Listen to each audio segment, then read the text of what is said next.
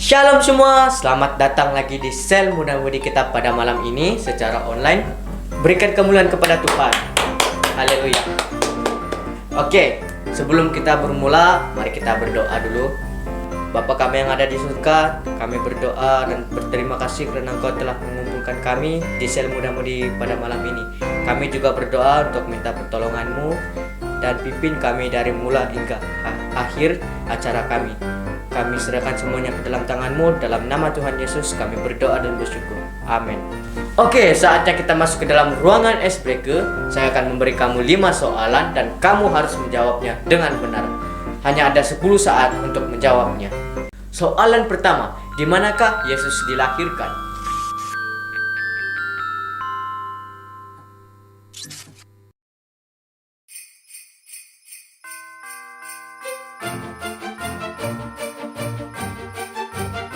Jawabannya adalah B, di Bethlehem. Oke, soalan yang kedua, siapakah yang membaptis Yesus?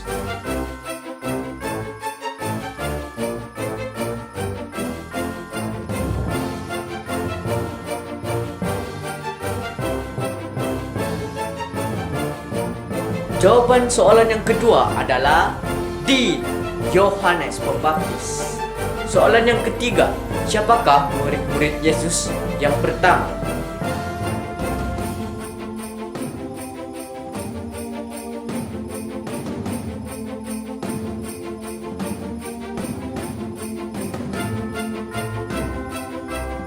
Jawabannya adalah E, Petrus dan Andreas. Soalan yang keempat, di manakah tempat tinggal Yesus?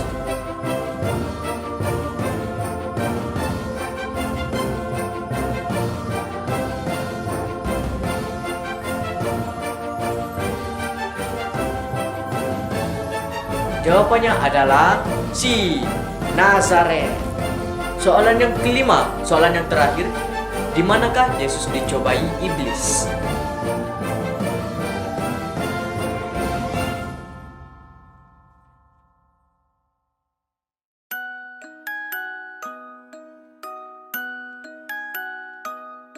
Jawabannya adalah B, di padang gurun. Selamat dan tahniah kepada kamu semua. Berikan tepukan untuk diri kamu sendiri. Haleluya. Dan saatnya kita masuk ke dalam ruangan pujian dan penyembahan. Mari kita menyembah Tuhan. Haleluya, mari kita semua memuji Tuhan kita. Haleluya.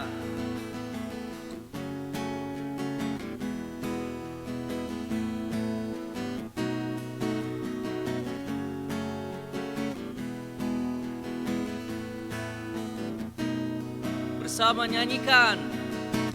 Berjalan bersamamu, tak akan ku gentar. Tanganmu menopangku, jalani kehidupan. Kau mengangkatku ke atas gunung batu, Kau beriku kemenangan. Kau kekuatanku, penopang hidupku, panji keselamatan. Kau buktikan kasih setiamu, benteng hidupku. Tak akan ku takut, sebab ku tahu Kau besertaku. Yesus, jaminan hidupku.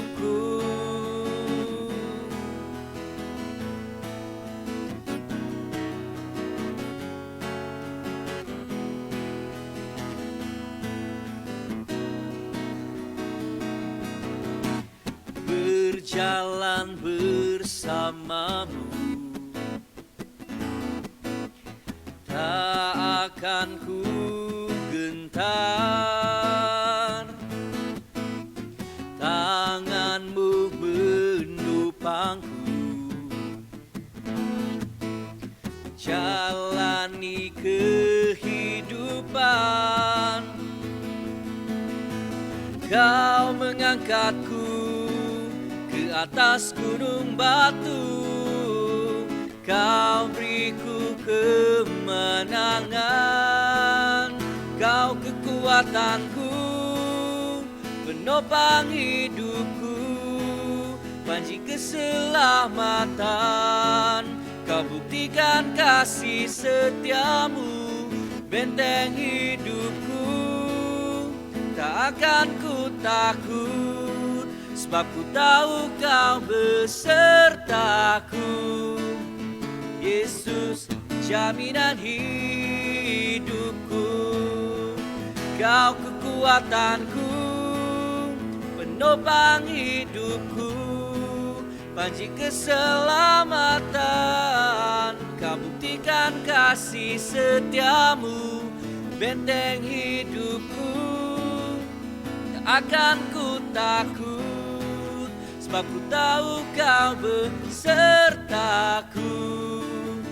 Yesus, jaminan hidupku.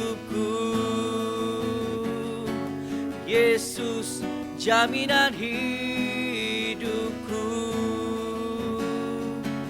Yesus, jaminan hidupku. Haleluya. Yesus, jaminan hidup kita selama-lamanya. Haleluya.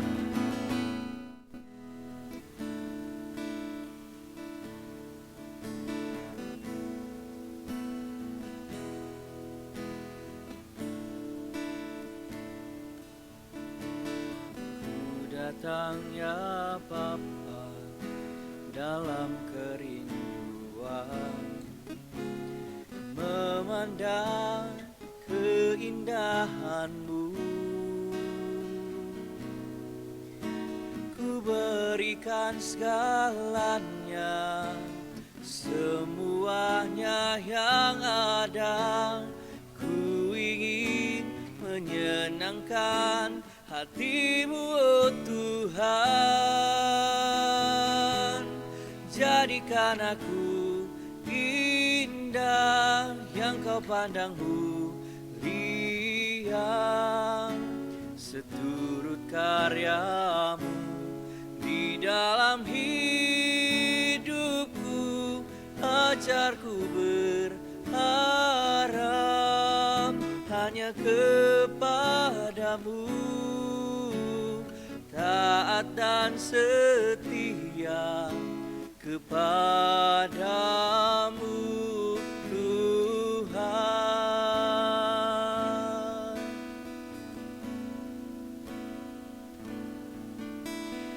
Ku datang ya Bapa dalam kerinduan, memandang keindahan-Mu. Ku berikan segalanya, semuanya yang ada. Ku ingin menyenangkan hati-Mu, oh Tuhan. Jadikan aku indah yang Kau pandang mulia, seturut karya-Mu di dalam hidupku. Ajarku berharap hanya kepadamu, taat dan setia kepadamu, Tuhan. Jadikan aku indah yang Kau pandang mulia, seturut karya-Mu di dalam hidupku. Ajarku berharap hanya kepadamu, taat dan setia kepadamu, Tuhan. Taat dan setia kepadamu,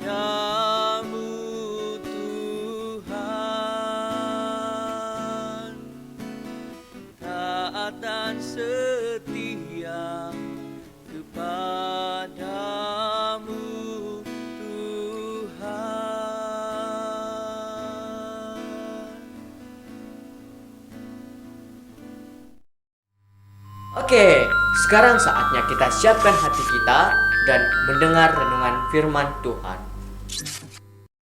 Halo semua, mari kita berdoa bersama.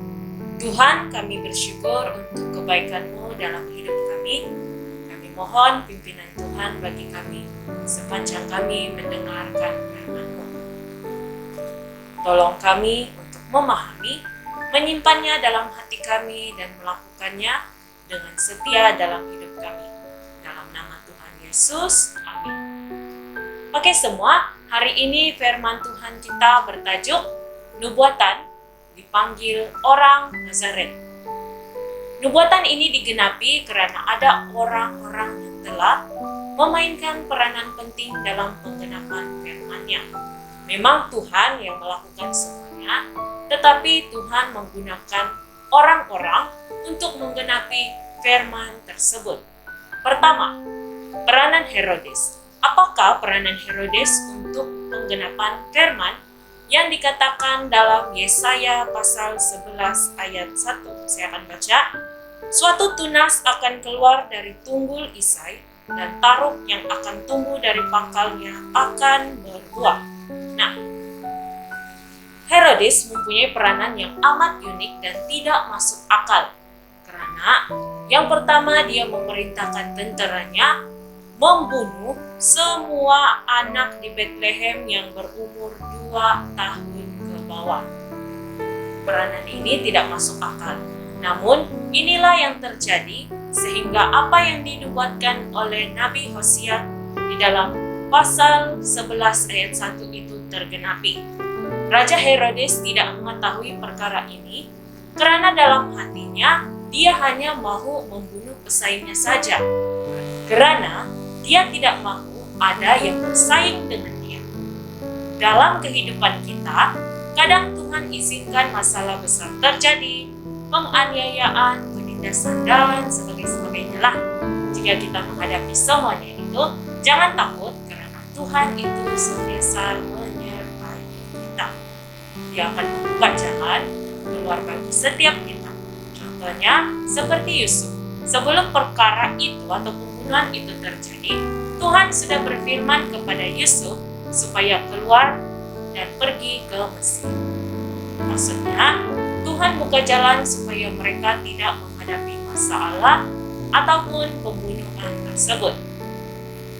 Seterusnya, peranan Herodes yang kedua yaitu memastikan anak-anak berumur 2 tahun ke bawah telah dibunuh semuanya. Yang seterusnya adalah peranan orang Majus. Yang pertama adalah menyediakan keperluan Yusuf. Di dalam Matius pasal 2 ayat 11, maka masuklah mereka ke dalam rumah itu dan melihat anak itu bersama Maria ibunya, lalu sujud menyembah dia. Mereka pun membuka tempat harta bendanya dan mempersembahkan persembahan kepadanya, yaitu emas, kemenyan, dan mur. Mereka mempersembahkan apa tadi? Emas, kemenyan, dan mur. Dengan pemberian orang Majus ini, maka perjalanan Yusuf ke Mesir dan sepanjang mereka berada di Mesirlah sudah disediakan oleh Tuhan. Tuhan telah memakai orang Majus untuk menyediakan keperluan mereka di Mesir. Dalam kehidupan kita, yaitu orang-orang yang dikasihi dan dipilih Tuhan, kita tidak perlu risau ketika kita menghadapi masalah, terutama berkaitan dengan keperluan kita, karena Tuhan itu pasti akan menolong dan menyediakan semua yang kita perlukan. Dan yang kedua, peranan orang Majus ini adalah mentaati perintah Tuhan di dalam Matius pasal 2 ayat 12. Dan karena diperingatkan dalam mimpi supaya jangan kembali kepada Herodes, maka pulanglah mereka ke negerinya melalui jalan lain. Kita dapat melihat bahwa orang Majus ini lebih mentaati perintah Tuhan daripada mentaati kehendak manusia. Sebab itu, peranan kita hanya mentaati saja ya, bukan bersungut-sungut, komplain sana sini, dan bahkan tidak mau percaya, dan sebagainya lah. Kita dipanggil untuk mentaati perintah Tuhan. Yang ketiga, nah ini adalah peranan yang kira penting lah di dalam penggenapan nubuatan ini, yaitu peranan Yusuf. Yang pertama, Yusuf ke Mesir. Di dalam Matius pasal 2 ayat 13 hingga ayat ke-15. Setelah orang-orang Majus itu berangkat, nampaklah malaikat Tuhan kepada Yusuf dalam mimpi dan berkata, "Bangunlah, ambillah anak itu serta ibunya, larilah ke Mesir dan tinggallah di sana, sampai aku berfirman kepadamu, karena Herodes akan mencari anak itu untuk membunuh dia." Maka Yusuf pun bangunlah, diambilnya anak itu serta ibunya, malam itu juga lalu menyingkir ke Mesir dan tinggal di sana hingga Herodes mati. Perjalanan Bethlehem ke Mesir itu bukanlah perjalanan yang mudah ya. Jaraknya itu lebih kurang 400 km. Perjalanan itu banyak yang perlu ditempuhi seperti padang gurun, bukit, dan sebagainya. Namun, kita dapat melihat Yusuf tidak memikirkan semua itu. Yang ada dalam hatinya hanyalah ketaatannya kepada firman Tuhan.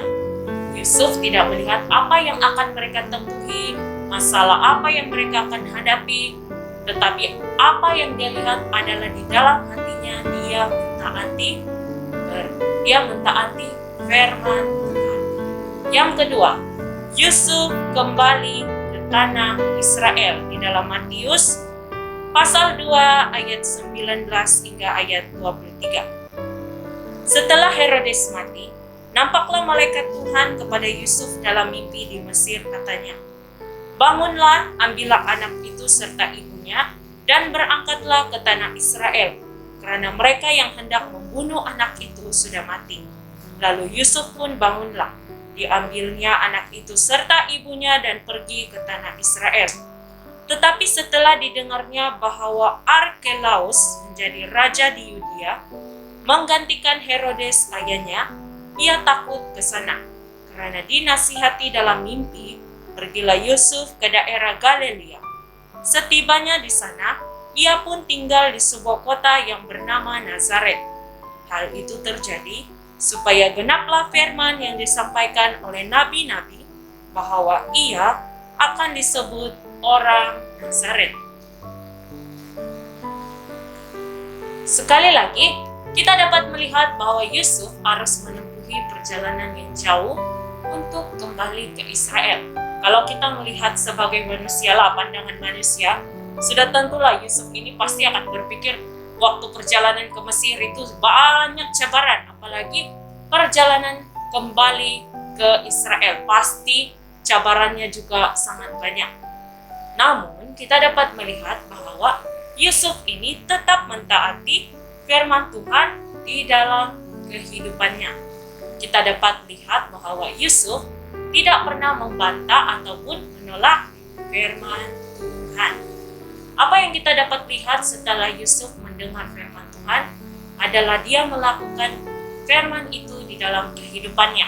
Sebab itu kita dapat lihat Yusuf kembali ke Israel dan dikatakan di ayat 23. Setibanya di sana ia pun tinggal di sebuah kota yang bernama Nazaret.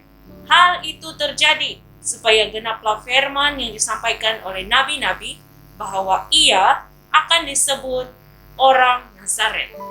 Yusuf membawa Maria dan bayi itu, yaitu Yesus, tinggal di kota yang dinamakan Nazaret, karena pada waktu itu Bethlehem masih diperintah oleh anak Raja Herodes. Nah, Tuhan telah menggenapi firman ini dengan luar biasa. Kita dapat melihat Yusuf mentaati firman Tuhan. Kita dapat melihat juga Yusuf dalam hidupnya telah membuatkan firman yang telah dinubuatkan dalam kitab Yesaya pasal 11 ayat 1 digenapi, di mana Yesus disebut sebagai orang Nazaret. Penggenapan firman Tuhan dalam hidup kita bukanlah sesuatu yang mudah, baik, ataupun kelihatan aman, karena ada waktunya kita akan menghadapi tentangan yang berat, masalah, cabaran, dan sebagainya. Nah, dalam hal inilah ketaatan yang sungguh-sungguh diperlukan di dalam kehidupan kita. Orang yang taat kepada Tuhan akan sentiasa dilindungi, dijaga, dan bahkan dipelihara oleh Tuhan. Oleh itu, taatlah kepada Tuhan di dalam hidup kita. Mari kita berdoa bersama-sama. Tuhan, kami sangat bersyukur dan berterima kasih untuk firman-Mu yang telah kami dengar pada hari ini. Kami mohon biarlah kiranya Tuhan menolong kami untuk menjadi seperti Yusuf, di mana dia mentaati firman-Mu di dalam kehidupannya.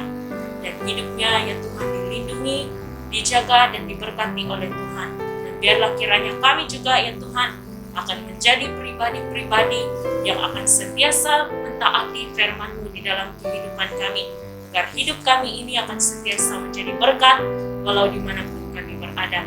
Terima kasih Tuhan, kami bersyukur hanya di dalam dan di atas nama Tuhan Yesus kami berdoa. Amin. Oke, kita masuk ke dalam ruangan pengumuman, dan pengumuman pertama adalah kebaktian umum. Diadakan pada setiap hari Ahad jam 9 pagi dan 4 petang. Kami mendorong Anda semua untuk mendaftarkan diri dan beribadah bersama. Oke, pengumuman yang kedua pula berkenaan dengan sel kanak-kanak. Diadakan setiap hari Ahad juga dan setiap jam 1 petang. Link akan diberikan di WhatsApp, dan kami mendorong adik-adik Anda di bawah umur 12 tahun untuk mengikuti sel kanak-kanak tersebut. Oke, pengumuman yang ketiga pula berkenaan dengan sel muda-mudi kita. Diadakan setiap hari Jumaat jam 7 malam, dan kami mendorong kawan-kawan Anda dan atau sepupu Anda di umur 13 tahun ke atas untuk mengikuti sel muda-mudi kita.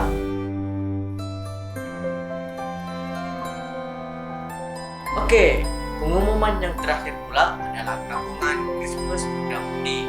Diadakan pada 3 hari bulan 12 hari Jumaat jam 7 malam secara online di YouTube channel dan juga Google Meet. Kami mendorong Anda semua untuk mengikuti gabungan Christmas muda-mudi tersebut. Haleluya! Jumpa Anda semua di minggu seterusnya. Oke, saatnya kita masuk ke dalam ruangan doa syafaat. Doa pertama yang kita akan berdoa pada malam ini yaitu pembelajaran supaya Tuhan memberi kita kebijaksanaan untuk belajar, dan yang kedua adalah keselamatan supaya Tuhan membantu kita untuk menjauhi semua perkara-perkara yang kita tidak ingini akan berlaku kepada kita pada nanti. Dan yang ketiga yaitu kesehatan kita. Kita berdoa kepada Tuhan, meminta tolong kepadanya supaya sakit penyakit yang ada di tubuh badan kita itu dihapus olehnya. Oke, mari kita berdoa. Bapa kami yang ada di surga, kami berdoa dan berterima kasih sekali lagi karena Engkau telah mengumpulkan kami ke dalam sel muda-mudi pada malam ini. Kami juga berdoa untuk minta pertolongan-Mu agar memberikan kami kebijaksanaan dalam pembelajaran karena kami akan menghadapi exam pada minggu depan dan pada 6 Desember. Kami juga berdoa untuk meminta pertolongan padamu Tuhan supaya kami diselamatkan oleh-Mu. Jauhilah kami dari iblis-iblis yang ingin mengganggu kami, dan jauhi kami dari perkara-perkara yang kami tidak ingini di luar sana ya Tuhan. Kami juga berdoa kepada kesehatan kami semua ya Tuhan. Hapuslah semua sakit penyakit yang ada di dalam tubuh kami. Dalam nama Tuhan Yesus kami serahkan semuanya ke dalam tangan-Mu. Amin. Doa Bapa kami yang ada di surga, dikuduskanlah nama-Mu, datanglah kerajaan-Mu, jadilah kehendak-Mu di bumi seperti di surga. Berikanlah kami pada makanan kami sehari-hari. Ampunilah kami akan dosa-dosa kami, seperti kami juga mengampuni orang yang bersalah kepada kami. Janganlah membawa kami ke dalam pencobaan, tetapi lepaskanlah kami daripada yang jahat, karena Engkau yang punya kerajaan, kuasa dan kemuliaan, sekarang dan selama-lamanya. Amin. Selamat bertemu lagi di gabungan Christmas muda-mudi pada minggu depan, dan selamat hari Natal. Tuhan memberkati. Amin. Haleluya, mari kita semua memuji Tuhan bersama-sama. Haleluya.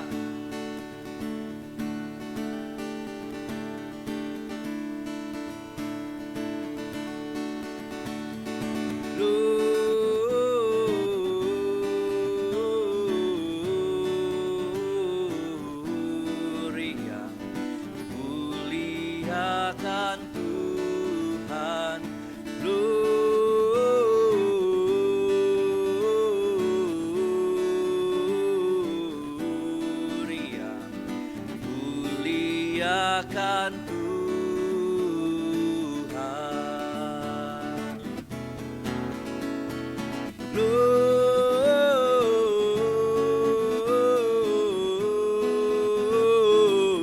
Gloria, muliakan Tuhan.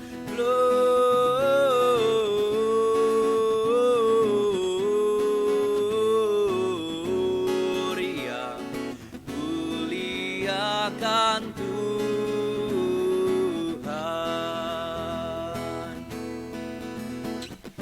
Dari pulau dan benua terdengar selalu terus lagu pujian semua bagi nama penebus. Gloria,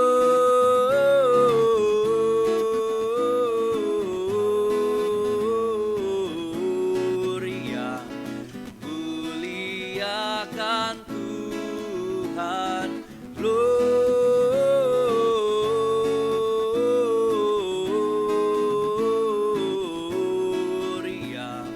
muliakan Tuhan. Tinggi-tinggi dalam syurga dendera Tuhan yang kudus, tak lelah bernyanyi juga di hadapan penebus.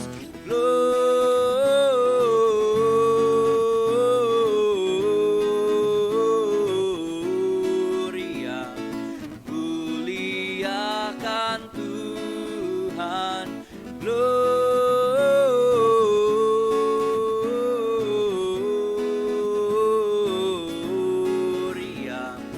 muliakan Tuhan.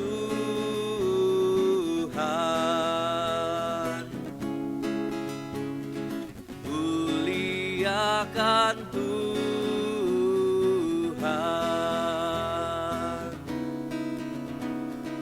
Muliakan Tuhan. Haleluya. Muliakan Tuhan bersama-sama. Haleluya.